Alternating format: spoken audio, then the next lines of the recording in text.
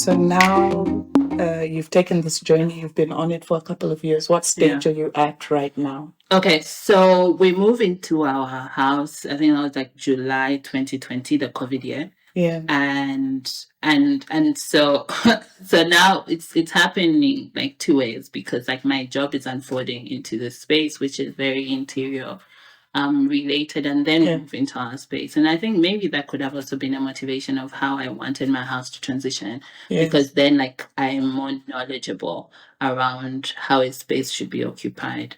And so I think we started giving ourselves a lot of permission with how we wanted to live, and not necessarily how the status quo is, because you're told to get married, and then like when you get married, a lot of advice is like live in a small house, you know what I mean? And then when the family starts growing, then you can move from like a 1-bedroom or 2-bedroom into a 3-bedroom house and everything.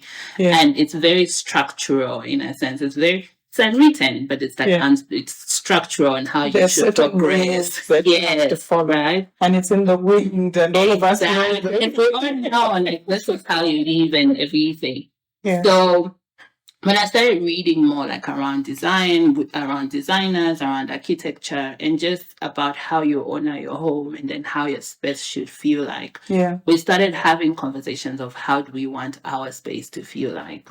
And the number one for me was like, as my kids were growing, they would ride around the house. And I felt like if we have people who are renting in the other house, it would be, your kids are always running around my house. Can you control your kids? Can you do all those things? And then we have dogs, right? And then it'll be like, your dog was here and whatever. And I started asking myself, like, is that the experience that I want to have in my very first house? Because I wanted to feel like my space. So me and Kamona started having like a lot of back and forth. Like, should we break walls? Shouldn't we break walls? What should we do?